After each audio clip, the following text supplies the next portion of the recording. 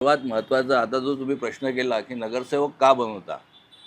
आजच्या युगामध्ये जे आमच्या इथेच ह्या मागच्या साईडला एक भापकर म्हणजे ज्यांच्या नावाने बगीचा आहे, आमच्या आजोबांचे ते मित्र होते. आम्हाला ते सांगायचे की ते चेअरमॅनही झाले होते, पण त्यांना चेअरमॅनची गाडी होती, पण ते कधी गाडीत बसले नाही. ते पायदळ फिरायचे, पूर्ण वाट पाहायचा. त्याच पद्धतीवरती मी माझा जो प्रभाग राहिला, वार्डही राहिला, मी सकाळी 6:30च्या जवळपास घरून निघतो आणि घरी यायचा माझा काही टाईम नाही आहे. पण ज्यांची कोणाची कंप्लेंट असली, मी त्या कंप्लेंटवरती जातो. माझ्या प्रभागात ज्याही समस्या असेल जनतेच्या, त्या पूर्ण करण्याचा मी प्रयत्न करतो. आणि मग सगळ्यात आता कसं आहे, जुन्या वस्त्या आहे.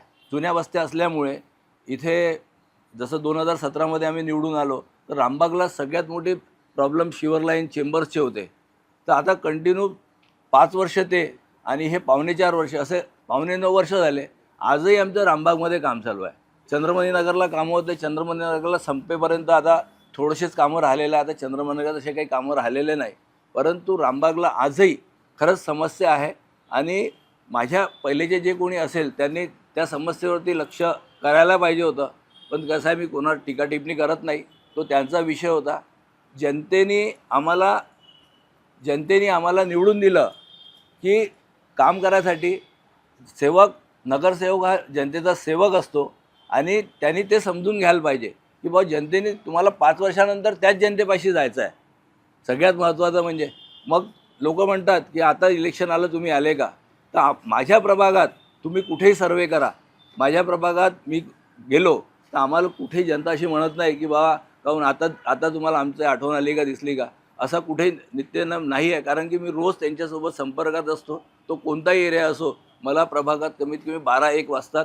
त्याच्यानंतर घरी येऊन अंघोळ पूजा करून जेवण झालं की मी अजून नागपूर महानगरपालिकेत जातो. कारण की लोकांच्या ज्या समस्या असते त्या अधिकाऱ्यांसोबत बसून त्या करावं लागतात, फायला बनवावं लागतात आणि त्या आम्ही करण्याचा पूर्ण प्रयत्न करतो. माझ्या मताप्रमाणे तरी आता थोडेसेच काही कामं राहिलेले आहे. तरी जमेपर्यंत आता हा प्रशासक लागलेला आहे. तरी जे आमचे वैयक्तिक अधिकाऱ्यांसोबत संबंध होते, मान्य आयुक्तांनाही आम्ही भेटलो. त्यांनाही सांगितलं की समस्या असे आहे. तर त्यांनी खाली अधिकाऱ्यांना सांगितलं आणि ह्या वर्षी नाही म्हणता 4.5 कोटीच्या जवळपास आम्हाला निधी दिला.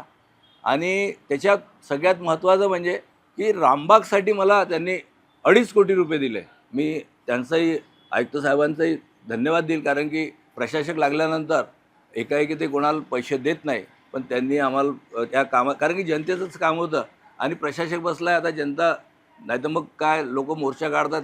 मी आजपर्यंत कधी मोर्चे काढले नाही आणि अधिकाऱ्यांना सांगितलं तर अधिकाऱ्यांनी आमच्या गोष्टीला मान दिला. ते स्वतः आले, त्यांनी पाहणी केली आणि त्यांना योग्य काम वाटलं. त्याच्यामुळे त्यांनी ते काम केलं. मी कधीच त्या गट्टूकडे किंवा याच्याकडे कधी लक्ष दिलेलं नाही आहे. आय ब्लॉककडे मी पहिल्यांदा सिवर लाईन, लोकांना चांगलं पाणी मिळो, लोकांचे आरोग्य चांगले राहो, यासाठीच नेहमी मी प्रयत्न केलेला आहे आणि आजही करत आहे.